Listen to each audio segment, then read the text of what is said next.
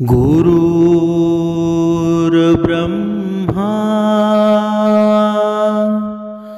गुरुर्विष्णू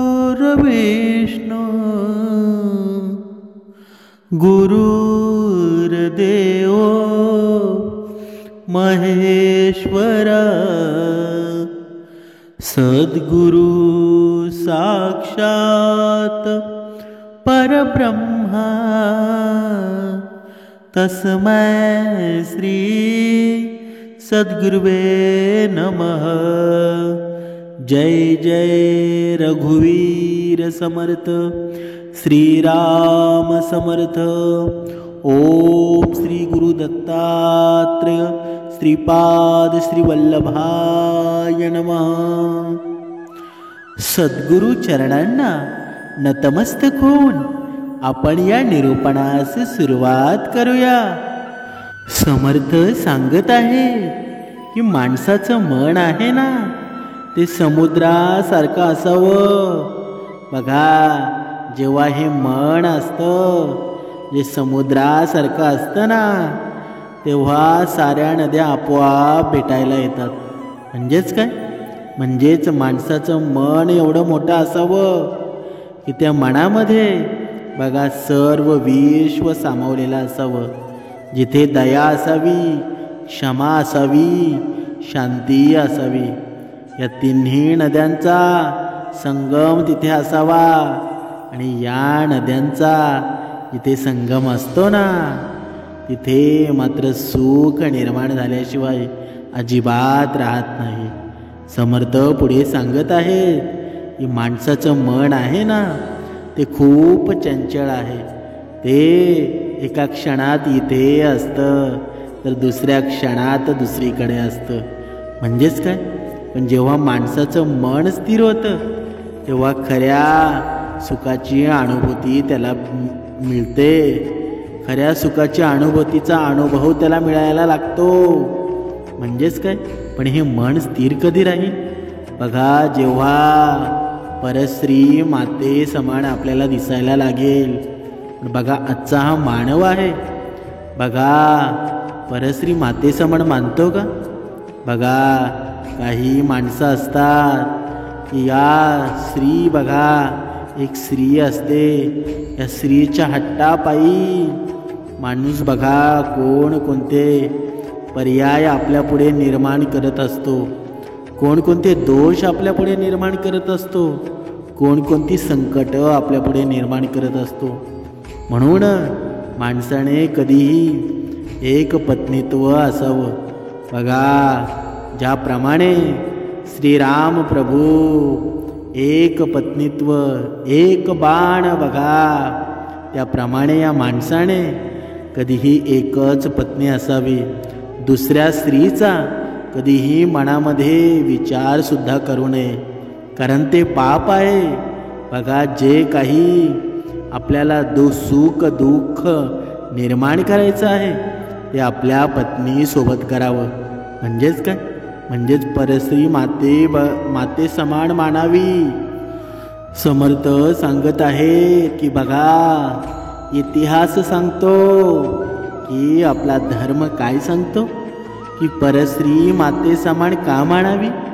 कारण बघा, छत्रपती शिवाजी महाराज, बघा जेव्हा हे नाव आपल्या मुखामध्ये येतं, तेव्हा बघा 36 हत्तींचं बळ निर्माण होतं आपल्या मनगटामध्ये। आणि राजांनी बघा त्यांच्या आयुष्यामध्ये जेव्हा त्या सुभेदाराची सून जेव्हा नजराणा म्हणून काही शिपायांनी बघा त्यांच्या पुढे समोर केली, बघा तेव्हा छत्रपती शिवाजी महाराज काय म्हटले की अशीच आमची आई असती सुंदर रूपवती, आम्हीही सुंदर झालो असतो बदले छत्रपती। बघा, ही वाणी ही आपल्या राजाची होती आणि या राजाची आपण लेकरच आहोत ना। म्हणून मनुष्याने बघा स्त्रीचा कधीही हा लोभ करू नये, कारण या गोष्टीमुळे बघा कित्येक धनवान भिकारी झाले। म्हणून जर धन लक्ष्मी टिकवायची असेल ना, तर ही गोष्ट जीवनामध्ये कधीच या गोष्टीची संगती करू नये.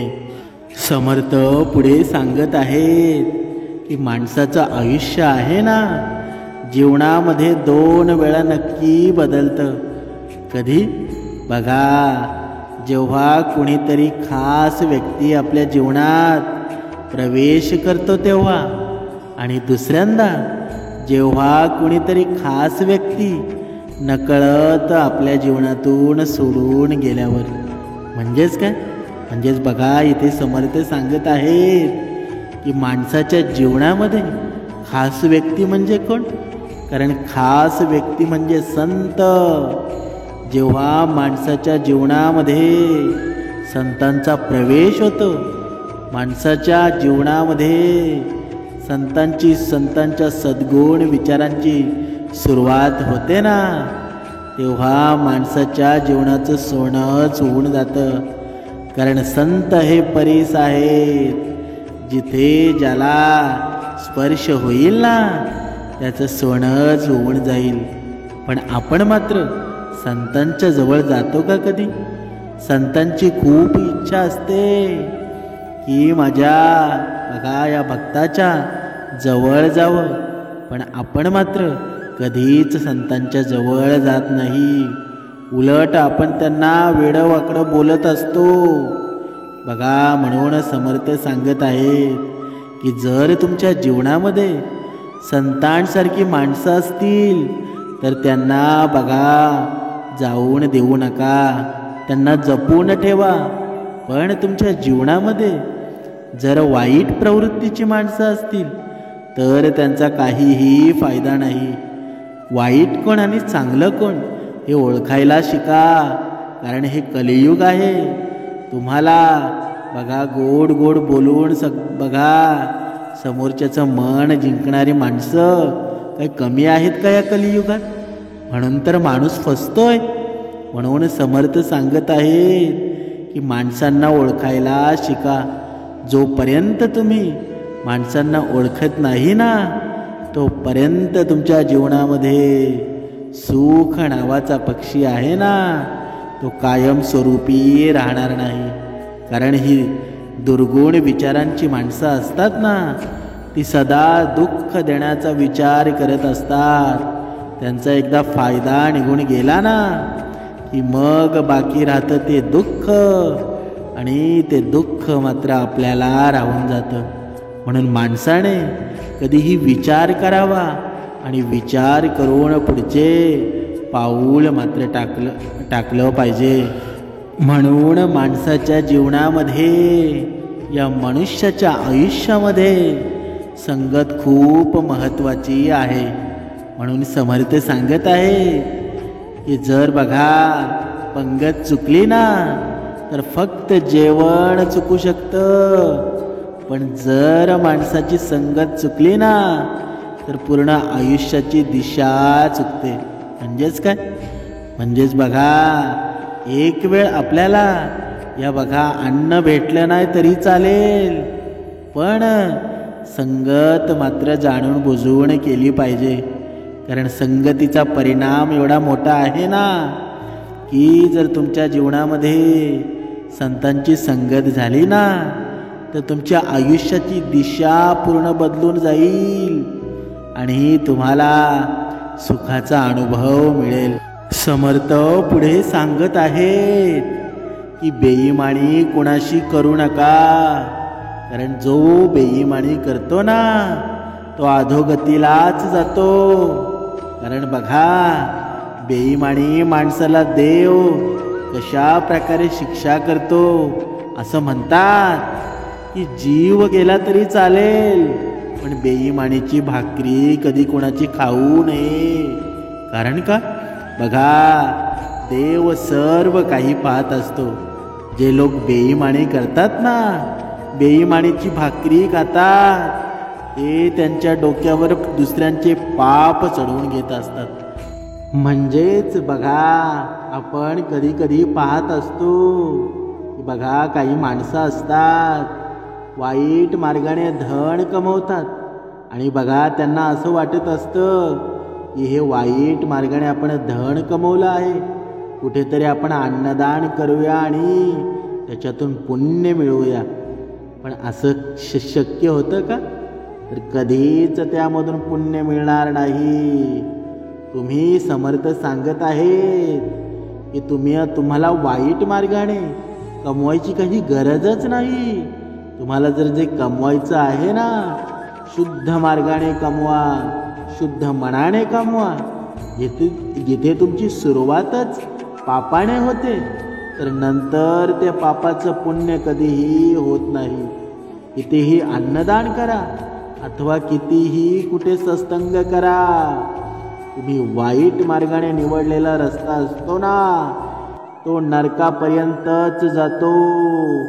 पण तुमचे जर कर्म चांगले असतील, तुम्ही जर चांगल्या मार्गातून धन कमवलेलं असेल, तर ते धन एवढं श्रेष्ठ असतं ना, त्याचा मार्ग कधीही सद्गुण विचारांकडे असतो, स्वर्गाकडे जात असतो. ही कथा आहे एका आंधळ्या म्हातारीची आणि एका बेईमान शेठची. एका मंदिराच्या बाहेर बसून एक आंधळी म्हातारी भीक मागायची. बघा, तिला कोणाचाही आधार नव्हता. त्यात भरीसभर देवाने तिला आंधळं बनवलेलं होतं. ती एका झोपडीत राहत असे आणि पोटाच्या आगीला शांत करण्यासाठी ती एका मंदिराच्या बाहेर बसून भीक मागण्याचं काम करत असे. जे कोणी भाविक भक्त मंदिरामध्ये दर्शनासाठी यायचे, त्यामधील जे दयावान भक्त असायचे, ते त्या आंधळ्या म्हातारीला काही पैसे भीक म्हणून द्यायचे. आंधळी म्हातारी त्या लोकांना खूप आशीर्वाद द्यायची. सकाळपासून संध्याकाळपर्यंत ती म्हातारी त्याच मंदिराच्या बाहेर बसून भीक मागत राहायची. संध्याकाळी जेवढे पण पैसे तिच्याकडे जमायचे, ते सर्व पैसे घेऊन तिच्या झोपडीत परत यायची. कसं बसं तिचं पोट भरत होतं आणि देवाची ती खूप आभार मानायची. ती नेहमी म्हणायची की हे ईश्वरा, तू सर्वांची काळजी घेत असतोस.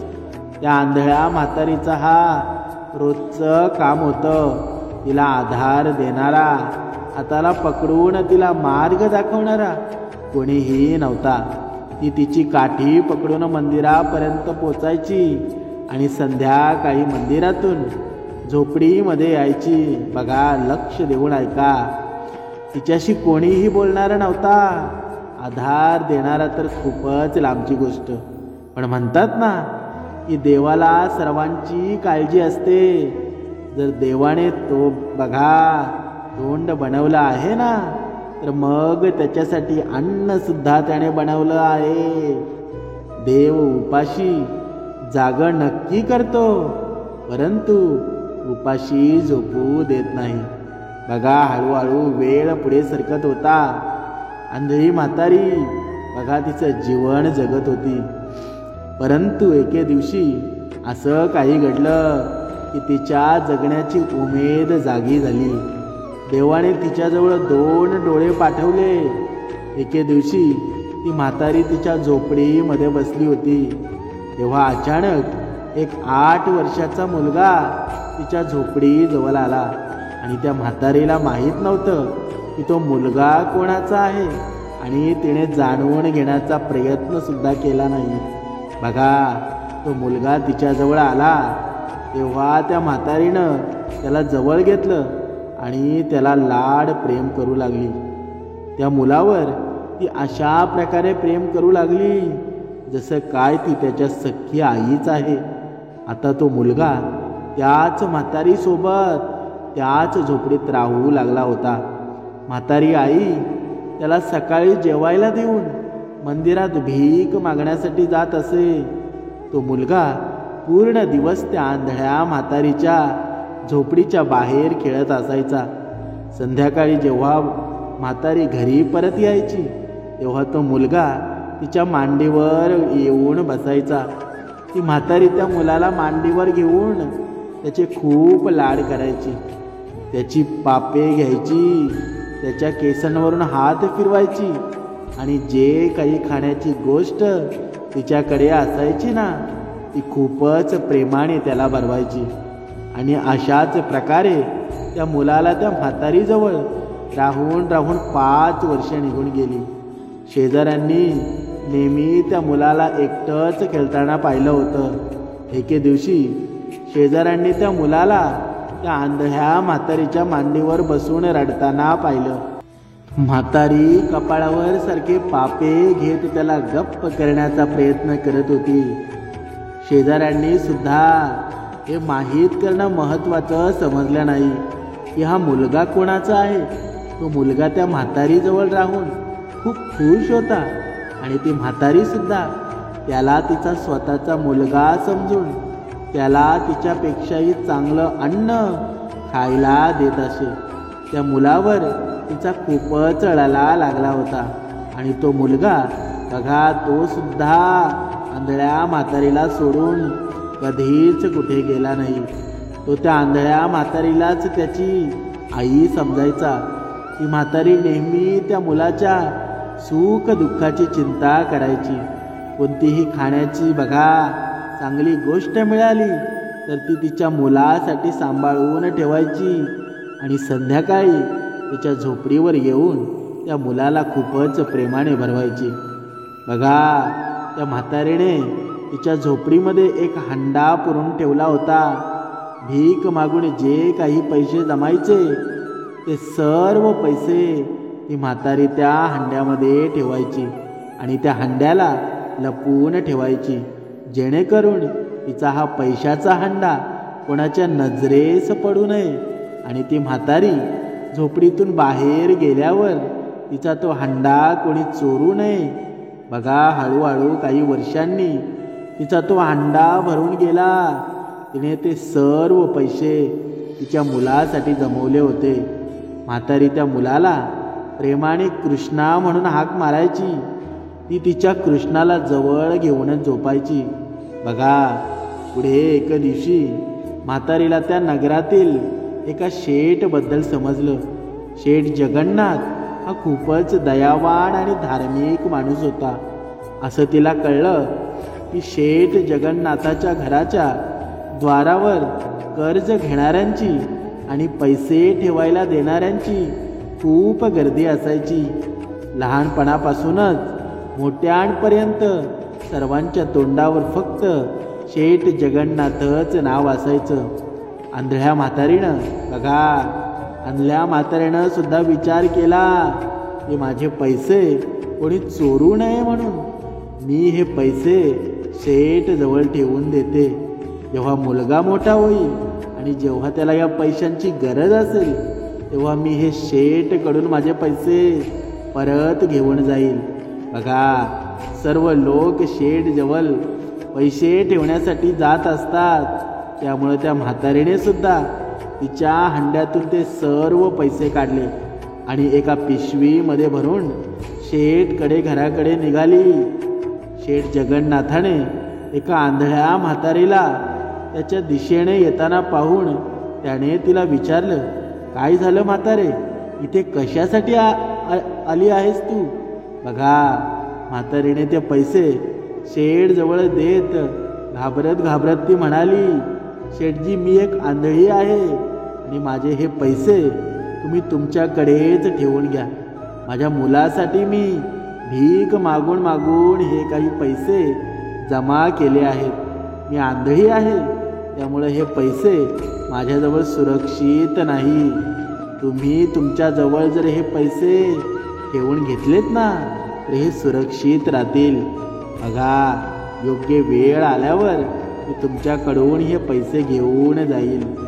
शेठने ते पैसे घेतले आणि त्याच्या लेखापालकडे दिले आणि सांगितलं, या म्हातारीचं नाव आणि पत्ता विचारून हे पैसे तिच्या नावावर ठेवून दे. लेखापालाने ते पैसे मोजून म्हातारीच्या नावावर त्यांच्याकडे ठेवून घेतले. आता ती म्हातारी निश्चिंत झाली होती. तिला आता कोणत्याच गोष्टीची काळजी नव्हती, कारण तिचे पैसे इमानदार शेठ जगन्नाथांकडे सुरक्षित होते. ती शेठला आशीर्वाद देत तिच्या झोपडीत परत आली. बघा, मुलासोबत राहून तिला आता 7 वर्ष पूर्ण झाली होती. एके दिवशी त्या म्हातारीचा मुलगा आजारी पडतो. बघा, त्याला खूप ताप आलेला असतो. तिच्या मुलाला बरं करण्यासाठी म्हातारीने घरगुती उपचार केले, परंतु मुलाच्या तब्येतीची काहीच सुधारणा होत नव्हती. मुलाची तब्येत दिवसागणिक आणखीच बिघडत चालली होती. मुलाची ही अवस्था पाहून म्हातारीला सुद्धा आता काळजी वाटू लागली होती. ती आता खूपच अस्वस्थ राहू लागली होती. आता फक्त एकच आशा होती की मुलाला कुठल्या तरी चांगल्या डॉक्टरकडं दाखवावं, परंतु यासाठी तिला पैशांची मात्र गरज होती. तेव्हा तिच्या लक्षात आलं की तिने 2 वर्षापूर्वी काही पैसे शेठकडे जवळ ठेवले आहेत. आंधळी म्हातारी आजारी मुलाला झोपडीमध्ये सोडून शेठ जगन्नाथ जवळ पोचली. त्या आंधळ्या म्हातारीला पाहून तिला त्याने ओळखलं. बघा, म्हातारी म्हणाली, शेठ, माझा मुलगा खूपच आजारी आहे. मला त्याला डॉक्टरकडे घेऊन जायचं आहे. तुमच्याजवळ जे माझे पैसे ठेवलेले आहेत ना, त्याच्यातील काही पैसे मला तुम्ही द्या. त्या पैशातून मी माझ्या मुलाला डॉक्टरकडे घेऊन जाईल. त्यामुळं माझा मुलगासुद्धा बरा होईल. बघा, म्हातारीने असं म्हटल्यावर शेठ म्हणाला, ए म्हातारे, काय म्हणत आहेस? पैसे ठेवले आहेत? कोणते पैसे? तू माझ्याजवळ कधी पैसे ठेवले होतेस? माझ्याकडे कोणाचेच पैसे ठेवलेले नाहीत. जा, चल इथून, निघून जा. बघा, लक्ष देऊन ऐका. हे ऐकून त्या म्हाताऱ्या आजीला मोठा धक्काच बसला. तिला आता समजलं की शेठ बेईमानी करत आहे. म्हातारी रडत रडत बघा शेठला म्हणाली, शेठ, ही मजा मस्करी करण्याची वेळ नाही. बघा, माझा मुलगा तिकडे मरत आहे आणि मला माझे पैसे परत द्या. मला त्याचा इलाज करायचा आहे. मी तुमच्याजवळ 2 वर्षापूर्वी जे पैसे जमा करून गेले होते ना, तेच पैसे मला परत करा. मी तर तुमच्याकडे माझेच पैसे मागत आहे. मी तुमच्याजवळ कर्ज मागण्यासाठी आलेली नाही. शेठने त्याच्या लेखापालला इशाऱ्याने नकार देण्यास सांगून विचारलं, लेखापाल, जरा बघा की म्हातारी काही पैसे जमा करून गेली आहे की नाही. लेखापालला शेठचा इशारा समजला. लेखापालाने त्या म्हाताऱ्या आजीचं नाव विचारलं आणि खोटी खोटी त्याच्या वहीची पानं उलटली आणि सांगितलं की या नावाच्या कोणत्याही स्त्रीच्या नावावर पैसे ठेवलेले नाहीत. बघा, लेखापालच्या या उत्तरानं त्या म्हातारीची शेवटची आशा सुद्धा संपली होती. त्या म्हाताऱ्या आजीला त्या गोष्टीचा विश्वासच बसत नव्हता की इतका देवधर्म करणारा, इतका प्रामाणिक शेठ तिच्यासोबत अशी फसवणूक करू शकतो. म्हातारी तिथेच बसून राहिली आणि रडत रडत म्हणाली, शेठ, तुम्ही तर मोठे धार्मिक माणूस आहात. माझे पैसे नका देऊ, परंतु तुमच्याकडून काही पैसे मला कर्ज द्या. मी माझ्या मुलाचा उपचार करून तुमचे पैसे मी परत करेल. माझा मुलगा वाचला तर आयुष्यभर तुमचे उपकार समजेल. बघा, त्या लालची शेठनं त्या म्हातारीच्या मुलाच्या उपचारासाठी तिचे पैसे परत करणं तर दूरच, पण तिला कर्जसुद्धा काही पैसे दिले नाहीत. शेठने उलट तिला म्हणाला, हे म्हातारे, तू का माझा वेळ वाया घालवत आहेस?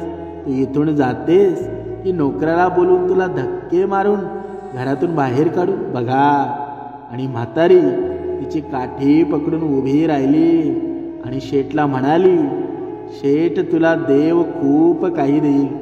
आणि एवढं म्हणून ती रडत रडत तिच्या झोपडीच्या दिशेने निघाली.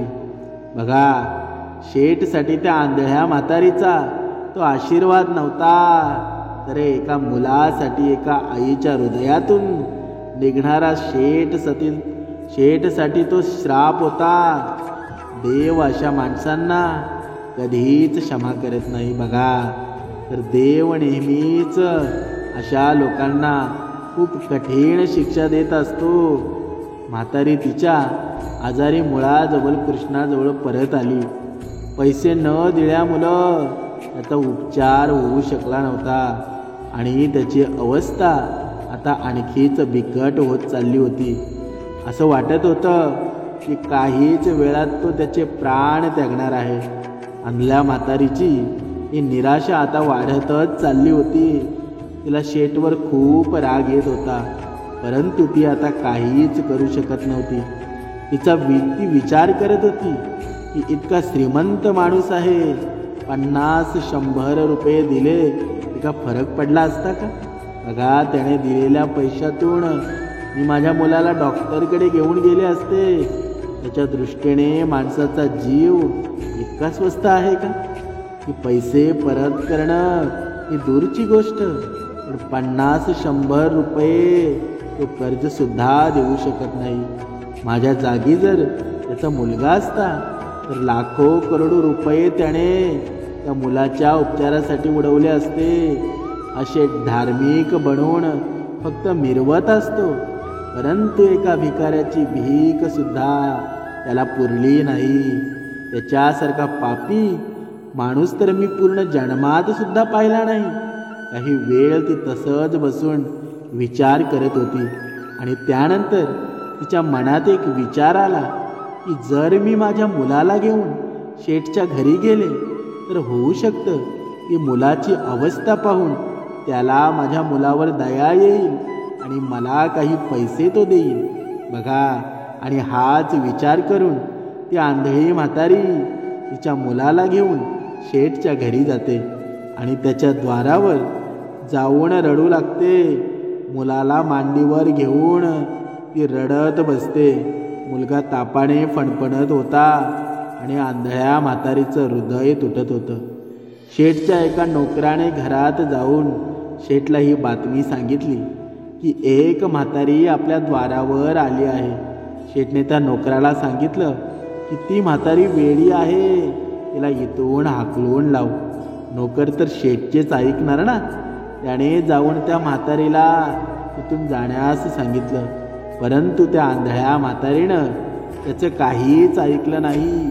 नोकराने तिला खूप धमकावलं, परंतु तरीसुद्धा ती तिथून हलली नाही. अखेर नोकर तिथून निघून गेला आणि शेठ जवळ जाऊन त्याला सांगू लागला, शेठ, ती म्हातारी जाण्याचं नावच घेत नाही, तुम्ही जाऊन पहा. बघा, नोकराचे हे बोलणं ऐकून शेठला खूप राग आला आणि त्या रागातच तो घराच्या द्वाराजवळ पोचला.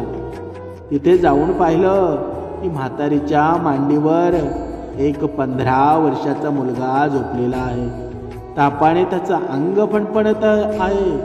त्या मुलाचा चेहरा पाहून शेठच्या पायाखालची जमीन सरकून गेली. शेठला आश्चर्य वाटू लागलं. त्या म्हातारीच्या मुलाचा चेहरा त्याच्या मुलाशी हुबेहूब मिळत होता, जो मुलगा 7 वर्षापूर्वी एका जत्रेमध्ये हरवला होता. बघा, शेठला आठवलं की त्याच्या मुलाच्या पाठीवर एक जन्मखूण आहे. शेठने ताबडतोब त्या मुलाच्या अंगावरचा शर्ट काढला आणि तेव्हा त्याला ती जन्मखूण त्याच्या पाठीवर दिसली आणि हे पाहून शेठला विश्वास बसला की तो मुलगा त्याचाच आहे. शेठला आता खूपच घाम फुटला होता. त्याची आता बोबडी वळली होती. तो त्याच्या पत्नीला आवाज देऊ लागला, बघा निर्मला, बघ आपला मुलगा सापडला आहे. शेठने त्या आंधळ्या म्हातारीच्या मांडीवरून मुलाला उचललं आणि त्याला छातीजवळ लावलं.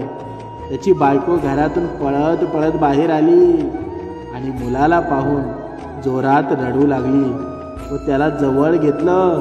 मुलाचे शरीर तापाने खूपच गरम झालं होतं. शेठ जोरातच नोकराला म्हणाला, लवकर जा आणि कुठल्या तरी डॉक्टरला घेऊन ये. बघा, शेठ त्या मुलाला घेऊन घराच्या आतमध्ये गेला. म्हातारी काठी पकडून उभी राहिली आणि ओरडू लागली, हे पापी माणसा, तू माझे पैसे तर घेतले आहेसच, मग आता तू माझ्या मुलाला सुद्धा का घेत आहे? बघा, शेठ म्हणाला, नाही नाही, हा माझाच मुलगा आहे. माझा हा मुलगा 7 वर्षापूर्वी एका जत्रेमध्ये हरवला होता. आता माझा मुलगा मला मिळाला आहे. मी माझी सर्व संपत्ती विकून याचे उपचार करेल, परंतु मी माझ्या मुलाला पूर्ण बरा करेल. आंधळी म्हातारी रडता रडता जोरदार हसू लागली आणि म्हणू लागली, हे पापी शेठ, हा आता तुझा मुलगा निघाला तर तू सर्व संपत्ती विकण्यास तयार झाला आहेस बघा. परंतु जेव्हा हा मुलगा बघा, तेव्हा तू याला मरू देत होतास. तू याला मारण्यात कोणतीही कसर सोडली नाहीस. तू मला विचार, इतके वर्ष मी याला कसं पाळलं आहे आणि आज तू याला माझ्याकडून हिसकावून घेत आहेस. बघा, इकडे शेठची अवस्था खूपच वाईट होती. त्याला आता काहीच करता येत नव्हतं. त्याला काहीच बोलता सुद्धा येत नव्हतं. शेठ मुलाला घेऊन त्याच्या घरामध्ये गेला आणि आंधळी म्हातारी तिथेच उभी राहून रडत होती. थोड्या वेळानंतर ती काठी पकडून तिच्या झोपडीच्या दिशेने निघाली आणि आता खात्री होती की तिचा मुलगा आता बरा होईल. परंतु मुलापासून वेगळं व्हायचं दुःख तिला होतं. इकडे शेठने मोठमोठ्या डॉक्टरांना बोलावून मुलाचे उपचार केले. डॉक्टरांच्या उपचाराने मुलाचा ताप तर उतरला. त्याची तब्येत आता चांगल्या प्रकारे सुधारली होती. जेव्हा त्याला शुद्ध आली तेव्हा तो इकडे तिकडे बघून त्याच्या आईला हाक मारू लागला. त्याच्या आजूबाजूला खूपच लोक होती, परंतु त्याच्यामध्ये त्याची आई त्याला तर कुठे दिसत नव्हती. तेव्हा तो आणखीनच बेचैन झाला. त्याने पुन्हा त्याचे डोळे बंद केले आणि तो पूर्वीसारखा पुन्हा आजारी पडला. तो सारखं त्याच्या आईचं नाव घेत होता. डॉक्टरांना सुद्धा आता काळजी वाटू लागली होती. शेठला तर काहीच समजत नव्हतं की काय करावं. मुलाची तब्येत आता आणखीनच बिघडत चालली होती. शेठच्या डोळ्यासमोर आता अंधारी येऊ लागली होती. तो विचार करू लागला की माझा हा एकच मुलगा आहे आणि इतक्या दिवसानंतर हा आम्हाला मिळाला आणि तो सुद्धा या अवस्थेत. शेठला आता समजलं होतं की त्या म्हातारीशिवाय माझा मुलगा बरा होणार नाही. तो ताबडतोब त्या म्हातारीच्या झोपडीवर गेला. शेठ म्हातारीच्या झोपडीमध्ये गेला तेव्हा त्यानं पाहिलं की म्हातारी जमिनीवर बसून रडत आहे. तापाने तिचं अंग गरम झालं होतं. शेठनं म्हातारीला हलवत म्हणाला, हे म्हातारे, तुझा मुलगा मरत आहे. कुठल्याही औषधाचा त्याच्यावर परिणाम होत नाही. तो सारखं तुलाच हाक मारत आहे. आता तूच त्याचं प्राण वाचू शकतेस. तू माझ्यासोबत चल, तुला पाहून तो नक्कीच बरा होईल. शेठला अशी विनंती करताना पाहून आंधळी म्हातारी म्हणाली, हे शेठ, तू इथून निघून जा आणि तुझ्या मुलाचे प्राण वाचव. जर तो मरत असेल तर मरू दे, तसंही तूच त्याला मारला आहेस. जर तू माझे पैसे परत केले असतेस तर मी माझ्या मुलाचे कुठल्या तरी डॉक्टरकडे नेऊन उपचार तरी केले असते. परंतु आता मी काय करू शकते? तो मेला तर मी सुद्धा मरून जाईल. स्वर्गात जाऊन मी माझ्या मुलाला भेटेल. म्हातारीचं हे बोलणं ऐकून शेठचे हातपाय थंड झाले. तो रडू लागला आणि म्हातारीच्या चरणात पडला आणि म्हातारीची माफी मागू लागला. इतका मोठा शेठ आज एका भिकारणीच्या चरणात पडून तिची माफी मागू लागला आहे. हे म्हातारी, बघा, आज तुझ्या मायेची लाज ठेव. तू त्याची आई आहेस. तू जिथे आलीस तर त्याचे प्राण वाचतील. बघा, तू तिथे आलीस तर त्याचे प्राण वाचू शकतात. बघा, म्हातारीची सुद्धा ममता जागी झाली आणि ती ताबडतोब शेठ सोबत त्याच्या घराच्या दिशेने निघाली. शेवटी आई ही आईच असते ना. आंधळी म्हातारी शेठ सोबत त्याच्या मुलाजवळ पोचली. आणि त्याच्या डोक्यावर हात फिरवत म्हणाली, कृष्णा मी आले आहे, डोळे उघड. कृष्णाच्या डोक्याला आंधळ्या आईच्या हाताचा स्पर्श होताच त्याने त्याचे डोळे उघडले. त्याला समजलं की हा त्याच्या आईचाच हात आहे. आई आई म्हणत त्याने त्या आंधळ्या म्हातारीला मिठी मारली. आंधळ्या म्हातारीनं कृष्णाचं डोकं तिच्या मांडीवर ठेवलं आणि त्याच्यावर बोलू लागली, त्याच्यासोबत बोलू लागली. हळूहळू त्याच्या तब्येतीमध्ये सुधारणा होऊ लागली आणि काही दिवसातच कृष्णा पूर्णपणे बरा झाला होता. काही औषधांचा परिणाम होता तर काही त्या म्हाताऱ्या आईच्या ममतेचा. कृष्णा पूर्णपणे बरा झाल्यानंतर आंधळी म्हातारी शेठला म्हणाली, हे शेठ, मी आता माझ्या झोपडीवर परत जाऊ इच्छित आहे. शेठ तिला थांबवण्याचा आग्रह करू लागला, परंतु ती आंधळी म्हातारी आई शेठ जवळ राहण्यास तयार नव्हती. तेव्हा शेठ त्या म्हातारीला बघा पैसे परत करू लागला आणि म्हणाला की तुम्ही तुमची ठेव रक्कम घेऊन जा. म्हातारी म्हणाली, शेठ मी हे पैसे घेऊन काय करणार आहे? मी हे पैसे माझ्या मुलासाठी साठवले होते. तुम्ही हे पैसे त्यालाच देऊन टाका. शेठला आता त्याच्या कृत्यावर पश्चाताप वाटू लागला होता. त्याला आता स्वतःचीच लाज वाटत होती. त्याच्या आतून फक्त हाच आवाज येत होता की हे शेठ, तू खूपच पापी माणूस आहेस. तू श्रीमंत असून सुद्धा भिकारी आहेस. आणि ती आंधळी म्हातारी भिकारी असून सुद्धा दाता आहे. मी तुला तुझा मुलगा देऊन गेली आणि तिचे पैसे सुद्धा, आणि तुला एक खूप मोठी शिकवण देऊन गेली. शेवटी पूर्ण संपत्ती त्या भिकारीण आईसमोर मूल्यहीन ठरली. रडत रडत ती म्हातारी आई तिच्या झोपडीत परत आली. बघा, आपण कधीही कोणाच्या धनासोबत बेईमानी करू नका. कारण असं म्हणतात ना की हे 4 लोक नेहमी दुसऱ्याचं पाप स्वतःच्या डोक्यावर चढवून घेतात. बघा, नंबर 1 दुसऱ्याच्या धनाची बेईमानी करणारा. नंबर 2 पापी आणि अधर्मी माणसाची मदत करणारा. नंबर 3 पापी माणसाच्या घरातील अन्न खाणारा. आणि नंबर 4 दुसऱ्यांच्या घरामध्ये वादविवाद भांडण लावणारा. ही 4 माणसं आयुष्यभर दुसऱ्याची पाप त्यांच्या वाईट कृत्यामुळं स्वतःच्या डोक्यावर चढवून घेत असतात. म्हणून समर्थ सांगत आहे की दुसऱ्याची संपत्ती, दुसऱ्याचं धन बघा कधीही कोणी घेऊ नये. दुसऱ्याच्या संपत्तीवर वाईट नजर सुद्धा असू नये. बघा, तुम्हाला कमवायचं आहे ना, स्वतःच्या शुद्ध मनाने कमवा. बघा, गाडी बंगला घेण्याच्या ऐवजी सुंदर झोपडीत जीवन जगलात ना, तरीही तुमचं आयुष्य काही कमी होणार नाही. तर झोपडीतलं जीवन असतं ना, ते सर्वात जास्त जगायला भाग पडतं. म्हणून गाडी बंगल्यांपेक्षा आपली झोपडीच बरी, पण समाधानी तर असतेच ना.